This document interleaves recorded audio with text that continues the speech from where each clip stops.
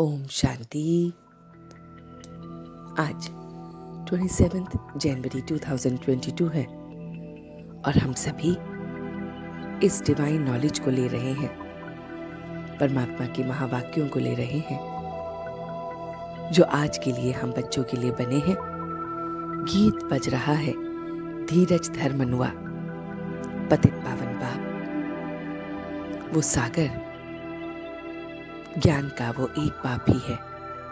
पतित पावन ज्ञान सागर एक बाप को ही कहते हैं। सतयुग की स्थापना करने वाले ही सच्चा बाप और सच्ची कहानी नर से नारायण बनाने की हमें सुनाते हैं। परमात्मा सर्वव्यापी नहीं है, वह पतित पावन है जो इस समय हमें आकर पावन बनाता है। बाप दोजक से भी हमें निकालते हैं। सबसे अच्छा है पवित्र बनना। बच्चों को समझाते हैं सच्ची कमाई करो और औरों को भी कराओ। जितना पुरुषार्थ करेंगे उतना से सुख मिलना है। श्रीमत से अपनी झोली भरनी है। संगम युग कलयुग के अंत और सतयुग के आदि में आता है। यह है सच्चा सच्चा मेला बाप और बच्चों का। वह संगम युग पर ही लगता है। बाप से सदा सुख का वर्षा पाने का पुरुषार्थ करना है। मूल बात है पवित्रता। बाबा कहते हैं कोशिश करो शुद्ध चीज खाने की। लाचारी में अगर खाना पड़ता भी है तो दृष्टि देकर खाओ। हम ज्ञान ज्ञानेश्वरी फिर राज राजेश्वरी बनते हैं। देहधारियों को याद नहीं करना है, चुप रहना है और पढ़ना है, और जो कुछ भी पढ़ा है अब तक वो भूलना है। नींद पर जीत पाने वाला बन रात को ही कमाई जमा करनी है। अपने को आत्मा समझ बाप को याद करने का पुरुषार्थ करना है। योग से विक्रम विनाश होते हैं। गृहस्थ में रहते याद करना है जिसमें मेहनत लगती है। रात बाबा कहते हैं को जागो और योग बल से अपने को भरो। योग बल से बल मिलता है। सुदर्शन चक्रधारी बन चक्र फिराओ। याद करना है, विचार सागर मंथन करना है। एवर हेल्दी एवर प्योर बनना है। बाप की याद सब बच्चों को छुड़ा देती है। तो बाबा कहते हैं मीठे बच्चे, तुम्हारे सुख के दिन अब आ रहे हैं। लोक लाज कलयुगी कुल की मर्यादाएं अब तुम्हें छोड़नी है। तुम कमाई करो बाप से पूरा वर्षा लेने की। अंतमति सोगति के लिए सब कुछ अब जो कुछ पड़ा है वो भूल जाना है। बस चुप रहना है। बाप बच्चों को कोई तकलीफ नहीं देते।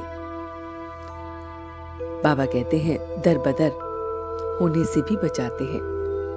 गरीब बच्चे जो शादी आदि में कर्जा लेते हैं बाबा उससे भी छुड़ा देते हैं। बाबा कहते हैं पवित्र बनो तो अंतमति सोगति हो जाएगी। कठिनाइयों को पार अब हमें करना है, उससे ही ताकत आती है, इसलिए उसमें घबराओ मत।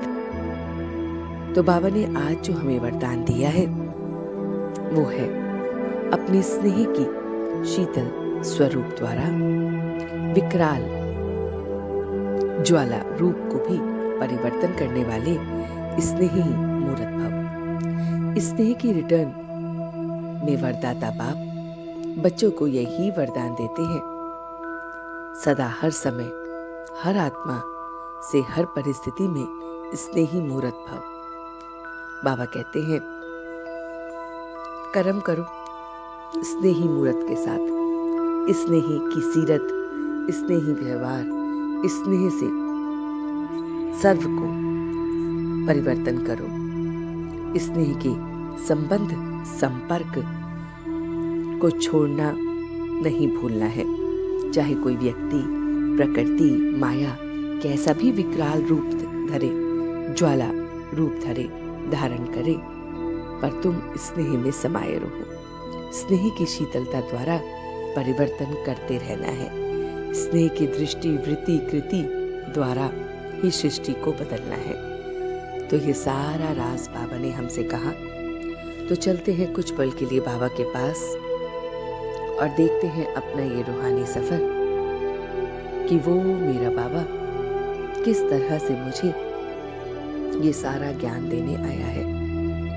तो मैं देख रहा हूँ कि मैं अपने बाप के साथ ये ज्ञान ले रहा हूँ। वो मेरा परमपिता परमात्मा सवेरे सवेरे मुझे ज्ञान देने आता है। ज्ञान जिससे मैं सब कठिनाइयों से आसानी से पार कर लेता हूँ। मैं घबराता नहीं हूँ क्योंकि वो मेरे साथ खड़ा है। मैं सच्चा सच्चा स्नेही मूर्त इस समय बन रहा हूँ। उसके स्नेह में मैं अपने को बहुत बहुत अच्छा महसूस कर रहा हूँ।